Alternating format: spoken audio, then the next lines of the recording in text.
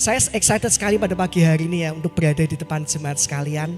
Ya kalau mungkin yang lalu itu caranya dadaan ya. Tapi kalau yang ini caranya persiapan. Tapi kok tetap nervous jemaat sekalian ya. Karena mungkin saya berada di depan jemaat-jemaat yang luar biasa. Dan saya berada di depan jemaat yang benar-benar merindukan kebenaran firman Tuhan. Amin. Ya, oke. Bagi jemaat sekalian yang mungkin menyaksikan secara online, yang mengikuti ibadah ini secara online, yang mungkin ada jemaat di luar sana atau ada orang yang di luar sana yang belum mengenal gereja ini, ya welcome to JMR Saron. Ya bersama dengan saya David. Siapa saya? Saya ini adalah anak dari seorang bapa, ya, seorang bapa yang besar, seorang bapa yang kekal. Ya, saya ini adalah anak dari Tuhan Yesus Kristus. That's it. Ya, saya mau mengatakan bahwa setiap kehidupan yang saya alami, Tuhan yang memampukan. Tuhan yang menyelamatkan kehidupan saya.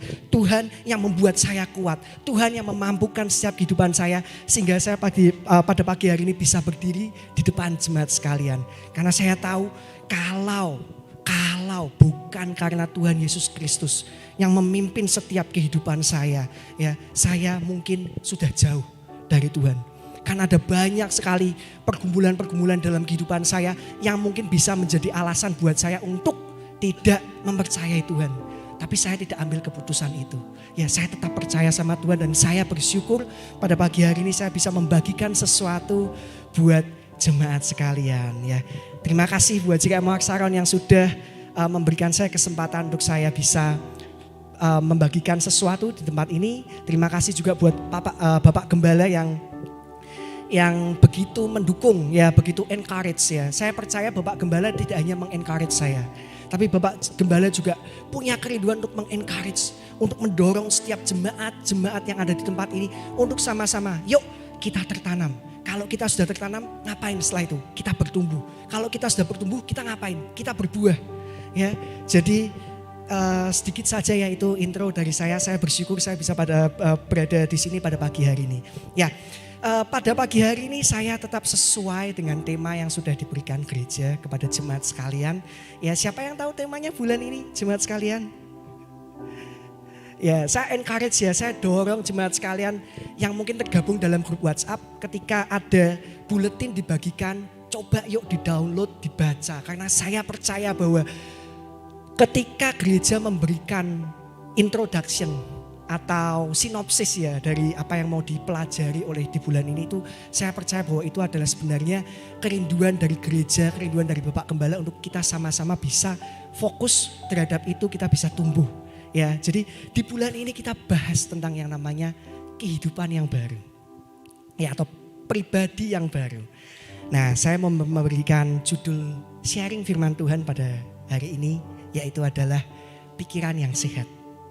Nah, sebuah tema yang menurut saya itu menantang jemaat sekalian kalau kita baca ya, yang diberikan gereja kepada kita. Kenapa? Karena Bapak Gembala menuliskan di situ bahwa transformasi kehidupan yang terus-menerus terjadi.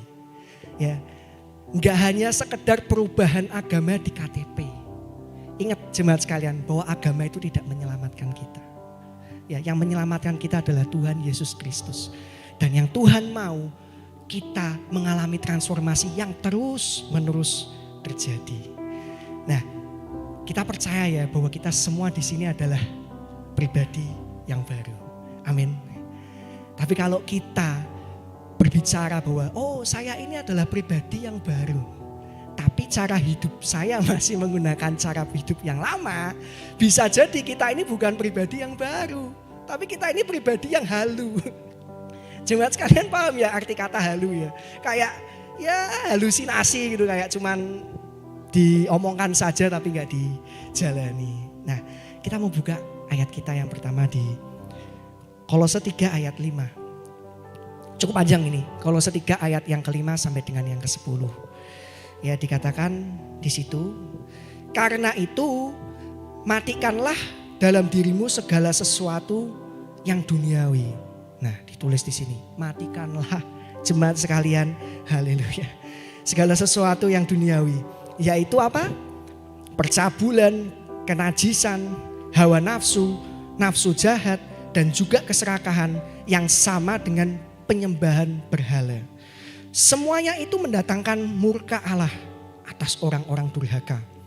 Dahulu kamu juga melakukan hal-hal itu ketika kamu hidup di dalamnya.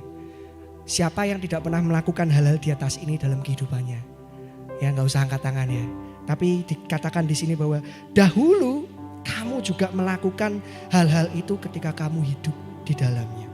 Tetapi sekarang buanglah semuanya ini, yaitu marah, geram, kejahatan, fitnah, dan kata-kata kotor yang keluar dari mulutmu. Nah ini hati-hati jemaat, kalau kita masih marah ya, masih suka mudah marah, masih suka ngomong yang gak benar. Nah ini tadi yang saya katakan, jangan-jangan kita ini bukan pribadi yang baru, tapi pribadi yang halu. Ya, dan jangan lagi kamu saling mendustai. Ya, karena kamu telah menanggalkan manusia lama serta kelakuannya. Dan garis bawah di situ, telah mengenakan manusia baru yang apa jemaat sekalian? Yang terus menerus diperbarui untuk memperoleh pengetahuan yang benar menurut gambar kaliknya. Ya, ini kalau kita ya pelajari firman Tuhan ya, saya bersyukur ya, saya suka belajar firman Tuhan, maksudnya kalau saya baca ayat saya coba cari terjemahan-terjemahan lain ya, karena dengan itu mungkin memudahkan saya untuk memahami. Ya dikatakan bahwa terus menerus diperbaharui untuk memperoleh pengetahuan yang benar. Benar. Ya, karena yang baik saja itu belum tentu benar.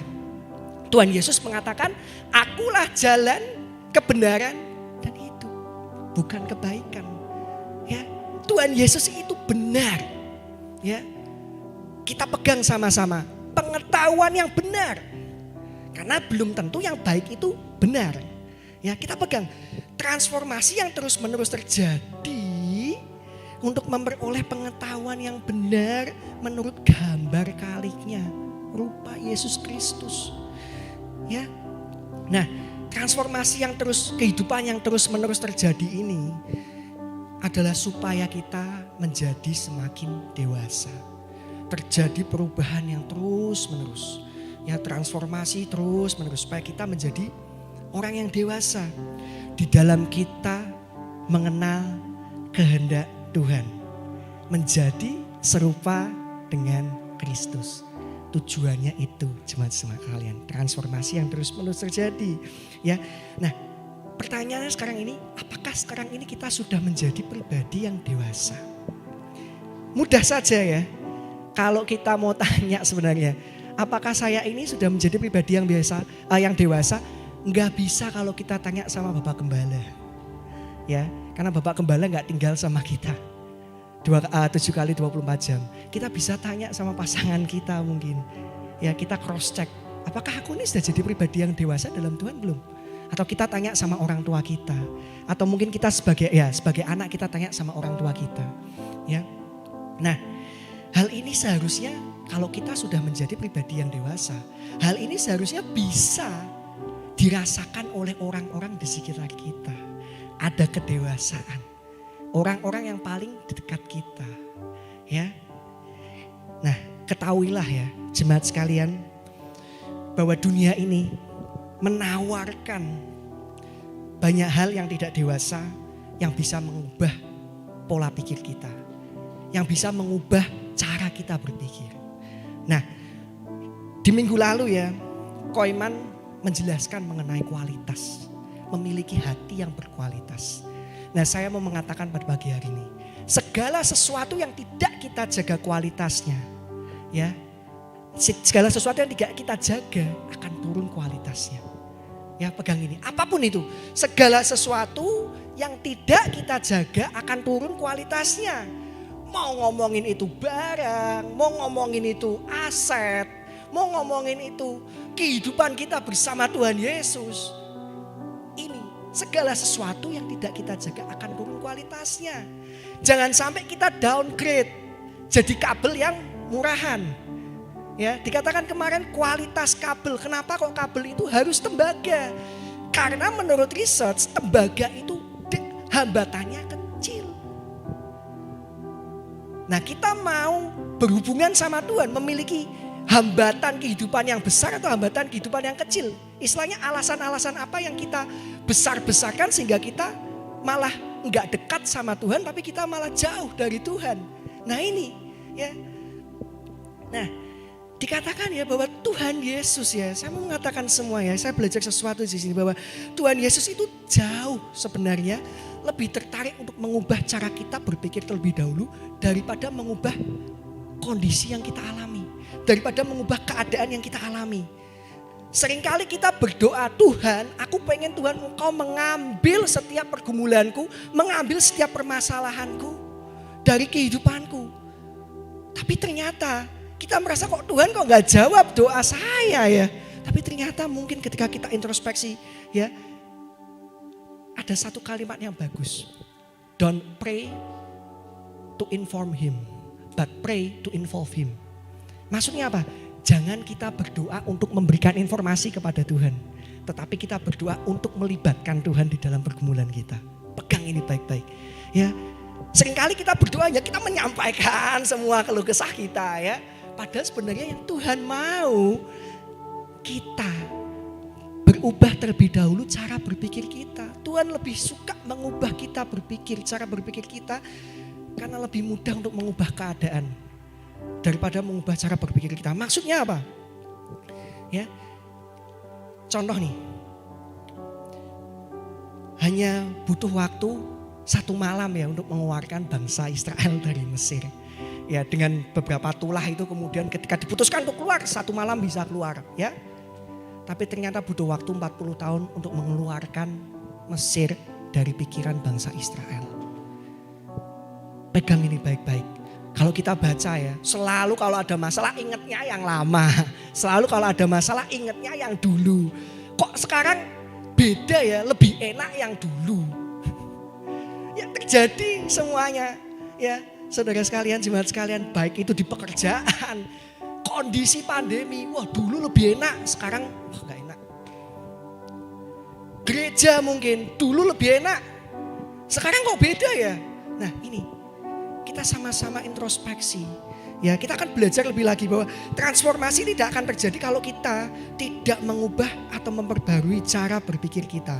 Nah, ketika kita nih, jemaat sekalian, sudah percaya menjadi pribadi yang baru, seharusnya kita menggunakan pikiran yang baru, yaitu pikiran yang sehat itu untuk berdamai dengan kehidupan kita yang lama, untuk menang dari kehidupan kita yang lama. Maksudnya gimana? Dengerin, saya mau menyampaikan gini, bahwa ternyata ya kita ini jauh lebih peduli dengan masa lalu kita daripada iblis, ya. Dan seringkali iblis menyingkap masa lalu kita untuk mengeblok masa depan kita, untuk menghalangi masa depan kita. Saya pernah punya pengalaman ini, ya. Saya mengalami dan istri mengalami 2 kali keguguran. Dan pada saat kehamilan yang ketiga, saya kayak diingatkan semuanya. Kondisi keadaannya sama pada saat itu, hampir bisa dikatakan pengalamannya sama. Baik kehamilan yang pertama dan kehamilan yang kedua, di usia yang ke-5 minggu selalu ngeflek, selalu pendarahan. Dan itu sudah menjadikan saya mau putus. Dikatakan bahwa yang selalu saya pegang adalah buluh yang terkulai takkan pernah dipatahkannya. Saya berdoa waktu itu, Tuhan, imanku sudah kayak mau patah Tuhan. Tapi aku percaya bahwa Engkau tidak akan pernah membiarkan buluh itu patah. Ya, ketika disingkapkan itu oleh iblis ya, wah rasanya Tuhan kok aku harus ngalami seperti ini lagi. Di minggu-minggu awal, waktu itu tanggal 24 Desember atau apa itu perayaan Natal Youth di sini ya, sudah hamil 4 minggu itu. Bapak Gembala tanya kepada saya, David gimana? Saya cuma jawab gini, ya kok aku rada takut. Ini kalau bisa lewat 1 minggu, ya aku bersyukur puji Tuhan. Karena kembali lagi, kayak iblis tuh mengingatkan kita masa lalu kita loh.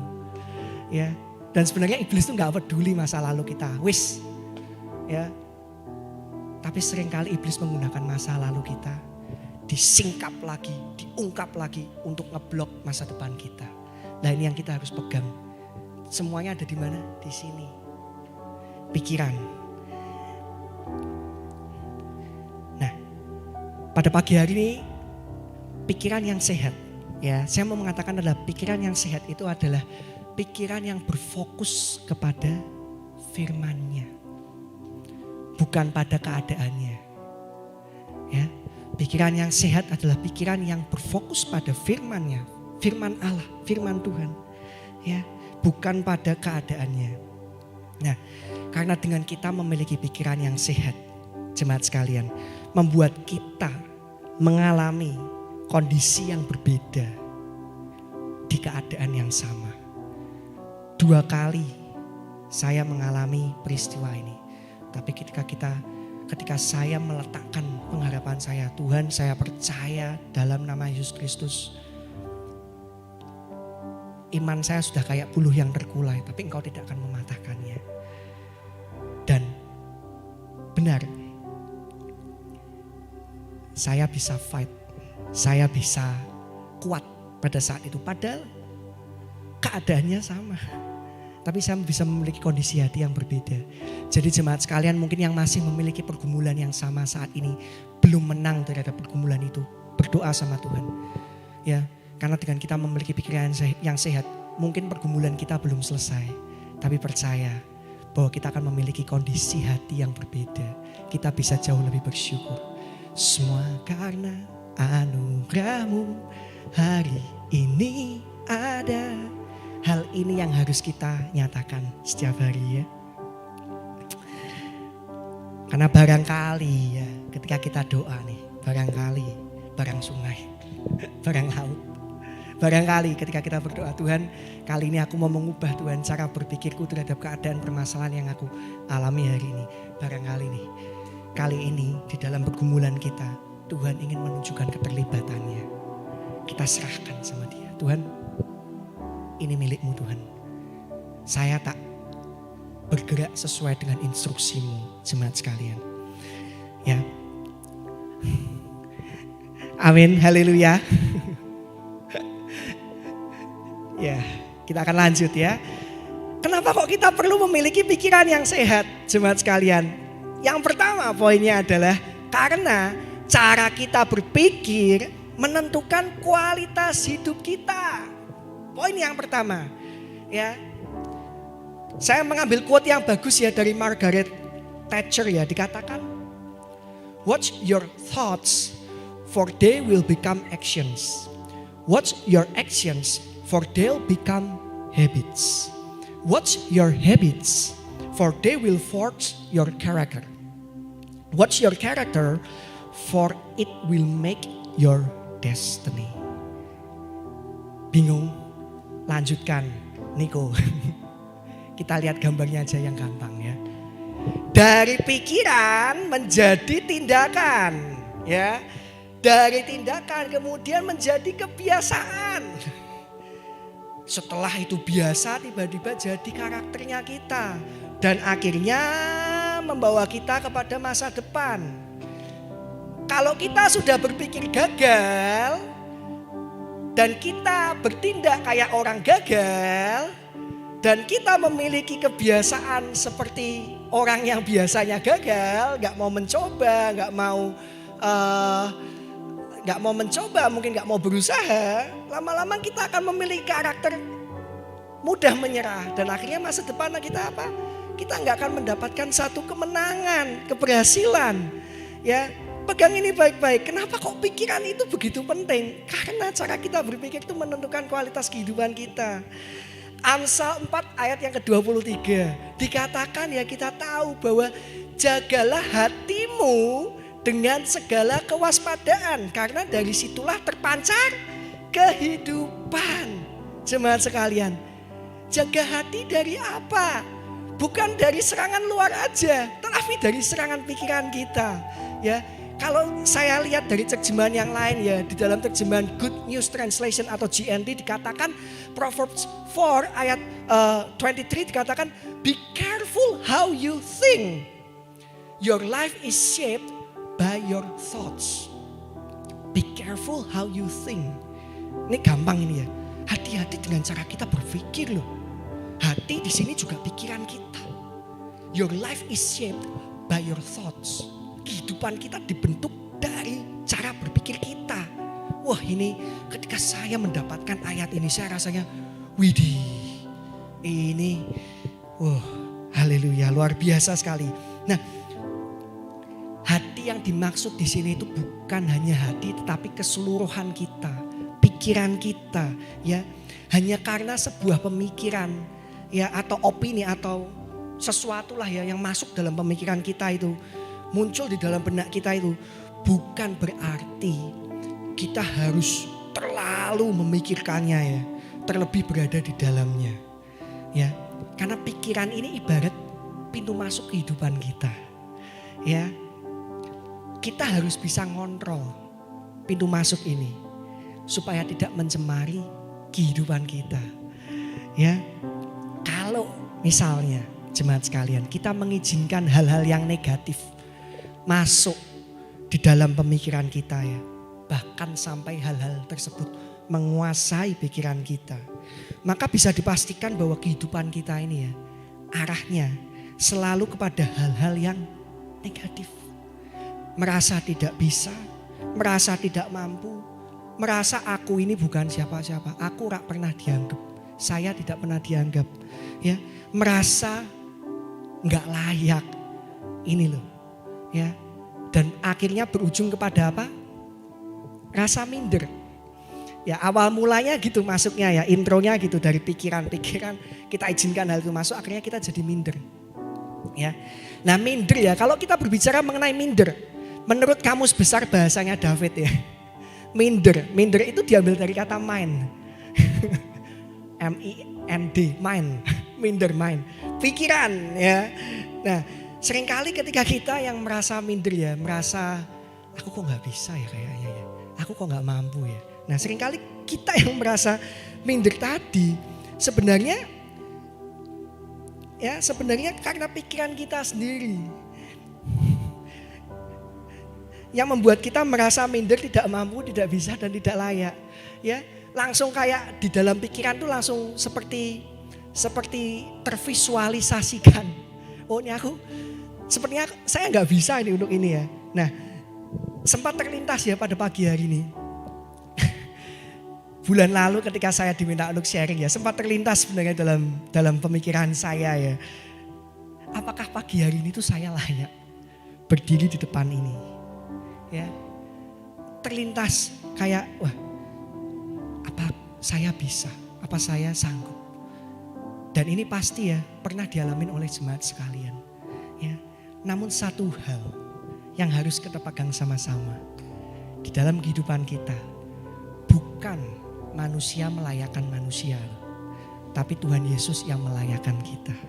Ya, amin jemaat sekalian. Tuhan Yesus atau Allah yang melayakkan kita. Ketika Tuhan Yesus melayakkan kita sebagai anaknya, Dia sendiri juga yang akan melayakkan kita menerima setiap tanggung jawab yang diberikan kepada kita. Pekerjaan yang saat ini kita punya itu karena Tuhan Yesus. Ya, tanggung jawab yang saat ini kita pegang itu karena Tuhan Yesus yang melayakkan kita. Jadi jangan merasa minder, jangan merasa nggak mampu. Hati-hati karena dari pikiran menjadi tindakan, dari tindakan menjadi kebiasaan. Kebiasaan kemudian jadilah karakter kita. Dan pada akhirnya berujung kepada masa depan kita. Ya. Nah, Eleanor Roosevelt ini adalah salah satu ibu negara ya di Amerika dulu ya.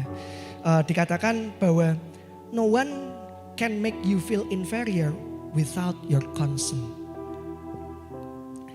Tidak ada yang bisa membuat kita merasa rendah diri atau minder tanpa seizin kita. Ketika kita sudah masuk dalam fase minder, merasa nggak bisa, itu karena kita sudah mengizinkan sebenarnya pemikiran-pemikiran itu masuk menguasai kita. Oleh sebab itu dikatakan di sini ketika kita tidak mengizinkan itu masuk dalam pemikiran kita, kita tangking itu dalam nama Yesus Kristus. Aku mau fokus terhadap firman-Mu. percaya bahwa nggak ada yang bisa membuat kita merasa minder. Ya. Nah, seringkali ketika kita sedang menghadapi pergumulan atau tantangan kehidupan, kita merasa bahwa mungkin pergumulan itu sulit ataupun berat ya. Kemudian kita sudah berpikir yang nggak benar nih tentang pergumulan permasalahan kita. Berpikir yang negatif terhadap semuanya itu. Ketahuilah sebenarnya bukan karena keadaan yang membuat kita berpikir negatif. Tetapi sikap kita di dalam menghadapi permasalahan itu. Di dalam menghadapi tantangan itu. Nah, mungkin jemaat sekalian pernah dengar ya kalau dulu istilahnya brainwash. Cuci otak ya. Nah, percaya gak sih kalau kita mengizinkan misalnya nih media atau berita, media cetak lah ya, media online, Facebook, sosial media, ya berita ya, atau bahkan orang-orang di sekitar kita mungkin ya, omongan orang gitu kan, ya kita izinkan mereka semua untuk masuk dalam kehidupan kita. Ini bisa dikatakan kayak brainwash loh, kayak kita dicuci otak ya. Nah, bukan keadaan mungkin yang membuat kita menjadi sakit, atau bukan keadaan mungkin yang membuat kita menjadi pahit ya. Tetapi mungkin karena pikiran kita terhadap keadaan itu. Yaitu pada saat kita izinkan semuanya itu menguasai pemikiran kita.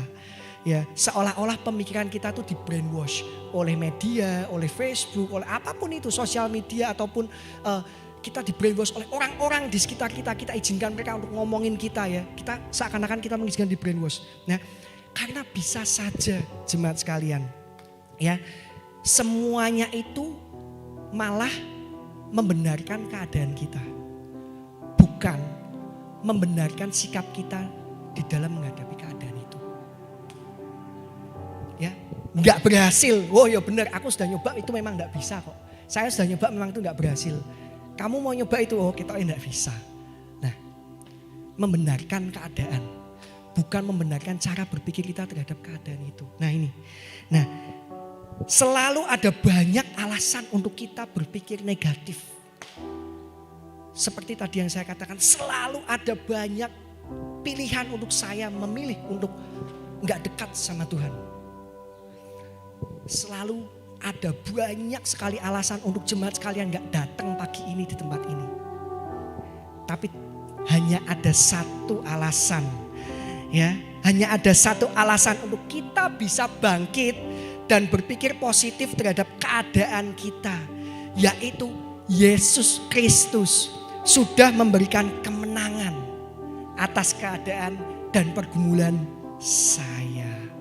Ya, katakan ini ketika kita mengalami pergumulan ya. Yesus Kristus, saya percaya bahwa Yesus Kristus sudah memberikan kemenangan terhadap keadaan ataupun pergumulan saya. Kolose 3 ayat 1 sampai ke 2 dikatakan, karena itu kalau kamu dibangkitkan bersama dengan Kristus, carilah perkara yang di atas di mana Kristus ada, duduk di sebelah kanan Allah.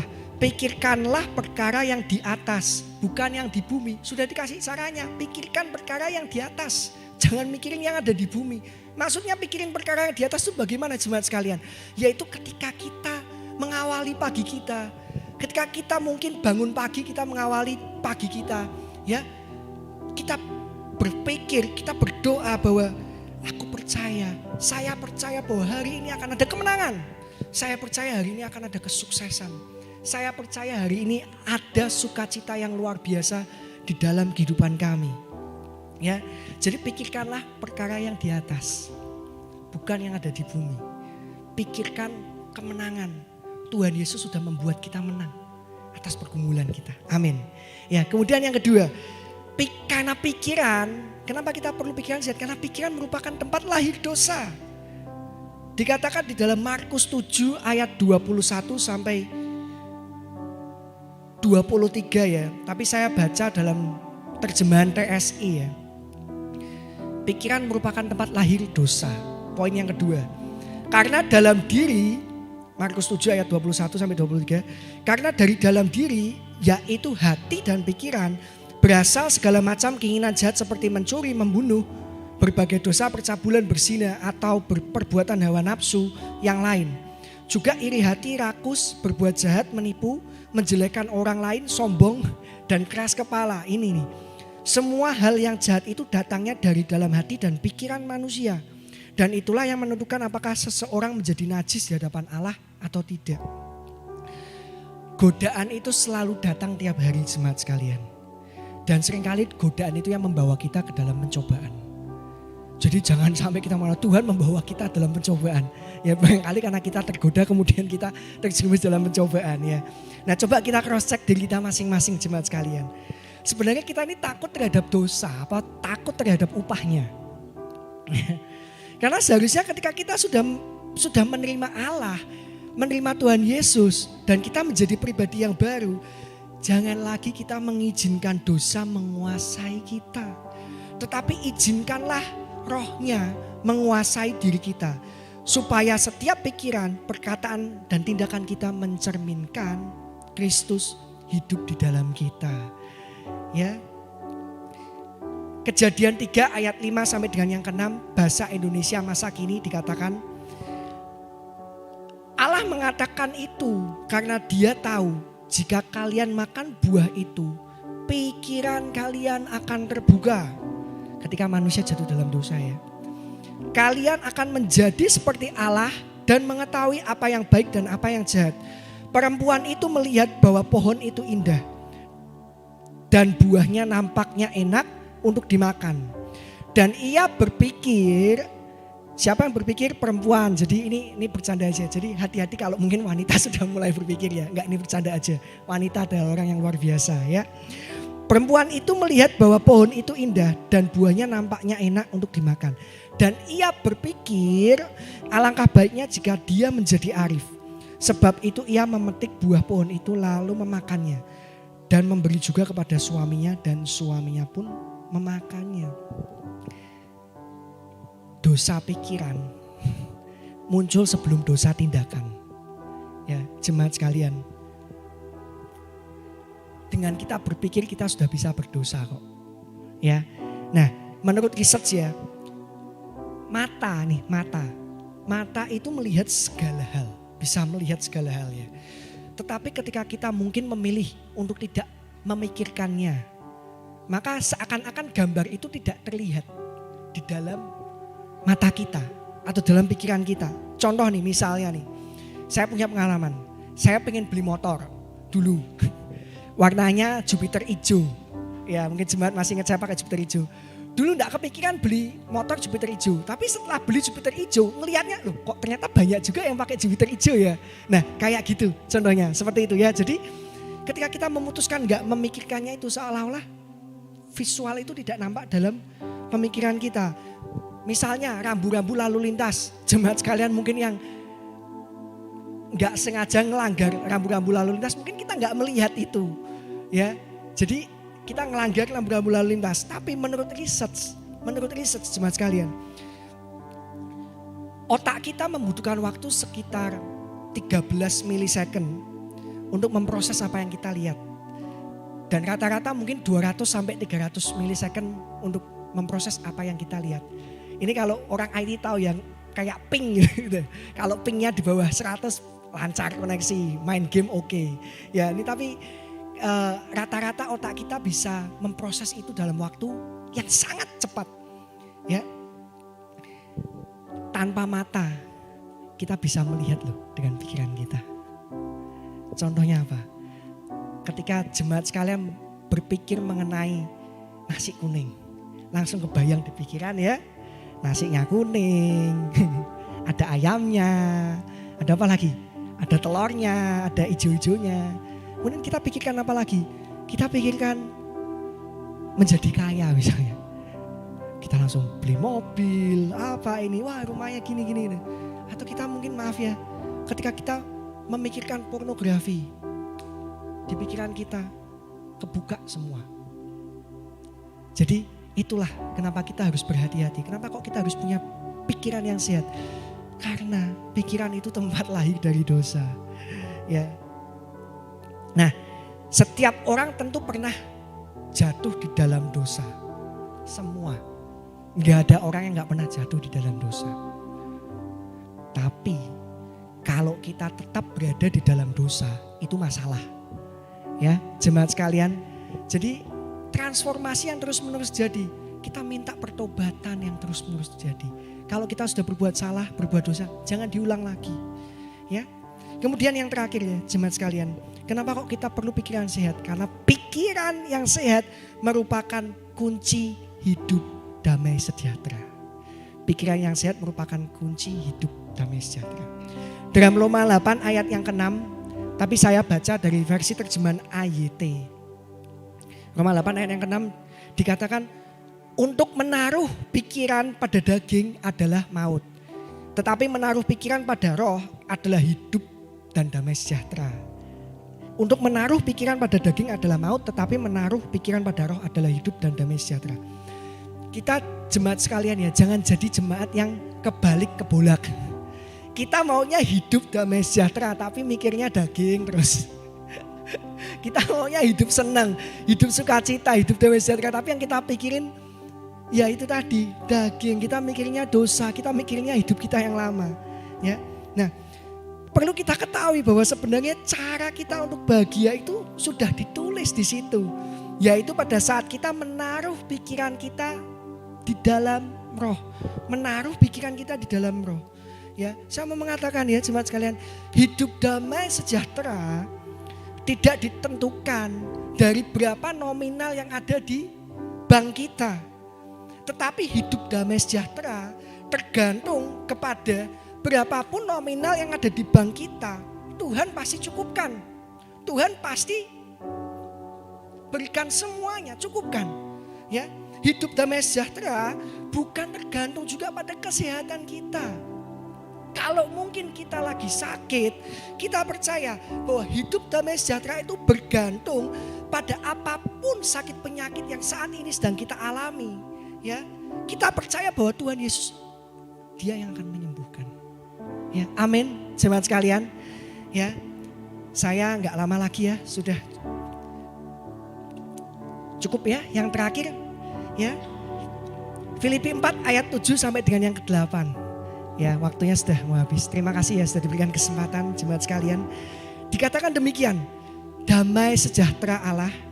Saya undang mungkin pemain musik bisa naik. Ya. Damai sejahtera Allah yang melampaui segala akal akan memelihara hati dan pikiranmu di dalam Kristus Yesus. Ini penutupnya.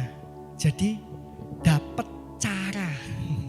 Gimana caranya kita bisa terus memiliki pikiran yang sehat. Ya.